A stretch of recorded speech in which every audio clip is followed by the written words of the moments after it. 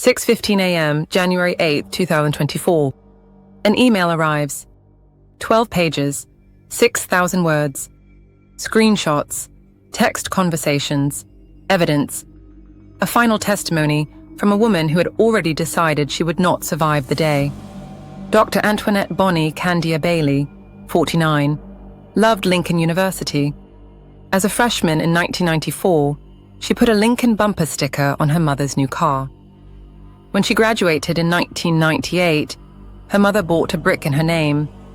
When she returned in May 2023, as Vice President of Student Affairs, she bought a second brick to commemorate her homecoming. She was returning to the place that shaped her, the historically Black university in Jefferson City, Missouri, where she'd found sisterhood, purpose, identity.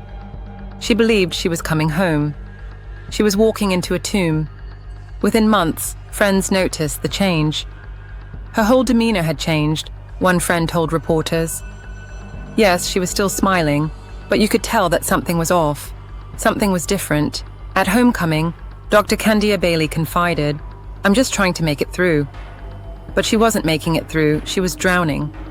She tried to ask for help, disclosed her struggles with severe depression and anxiety, requested accommodations, filed complaints with HR, reached out to the board of curators, detailed harassment and bullying by her supervisor, University President Dr. John Mosley, a white man leading a historically Black institution.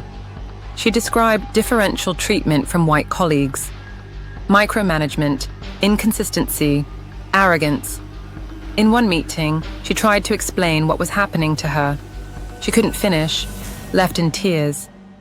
"You intentionally harassed and bullied me and got satisfaction from sitting back to determine how you would ensure I failed," she wrote. She was never given an action plan to address performance concerns, never told there were issues until a negative review in November 2023. And when the university investigated her claims in December 2023, they found no evidence that Dr. Mosley had engaged in such actions. Her pain was dismissed, her testimony rejected, her reality erased. January 3, 2024. 5 days before she died, Dr. Candia-Bailey received a termination letter, fired for cause, insubordination, failure to supervise staff, confidentiality breaches. The letter blamed her for everything, took no responsibility, offered no support. She had asked for help. They fired her instead. January 8, 2024, early morning. Dr. Candia-Bailey sat down and wrote her final email. 12 pages, evidence, screenshots, a chronicle of suffering ignored. She sent it to friends, family, and Lincoln faculty at 6:15 a.m. The last lines were bolded. "My soul can now rest. I've filled my earthly dash." March 1974, January 2024. "A seat has been prepared for me." Hours later, she died by suicide. Her death sparked national outrage. Alumni demanded President Mosley's resignation. The hashtag #FireMosley trended. Students protested. The board of curators hired a law firm to investigate. Mosley went on paid administrative leave. Then, in March 2024, the board reinstated him. The Alumni Association issued a statement of no confidence.